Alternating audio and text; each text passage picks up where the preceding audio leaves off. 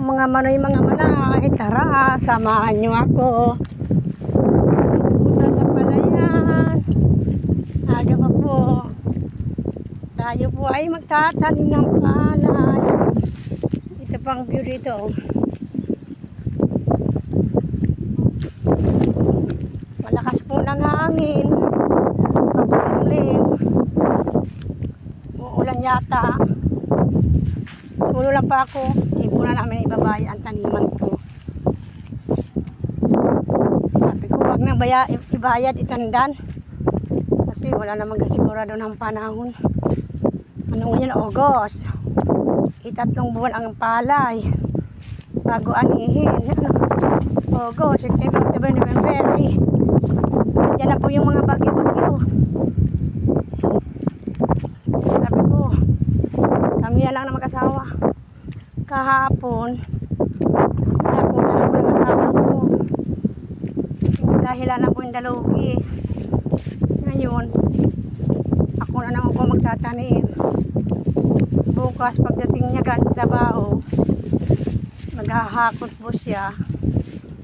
Tapos na po maghakot. Tutulungan niya akong magtanim.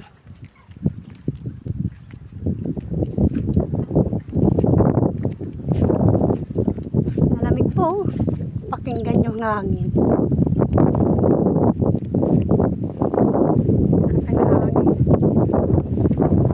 Pinala na po ulit ng halian, alpusan, kanin at ulam, saka tinapay, tubig, gatas, may tubig.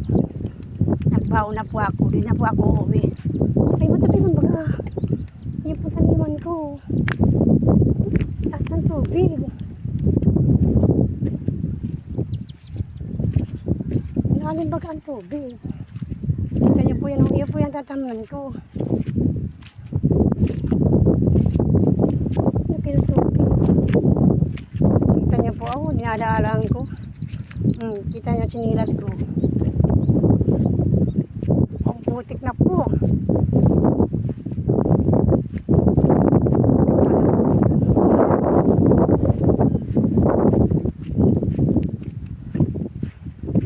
Malayo po to. Taniman ko gali ako doon.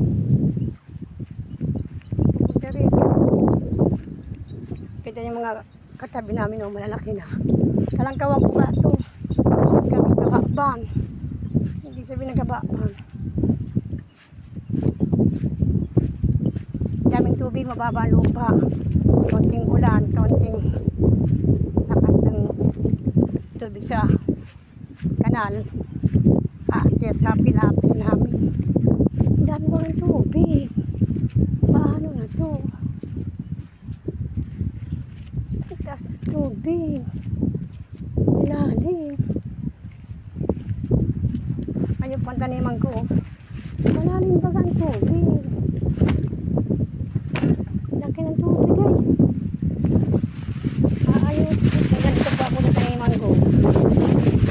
Ako po ay mag-uniform na.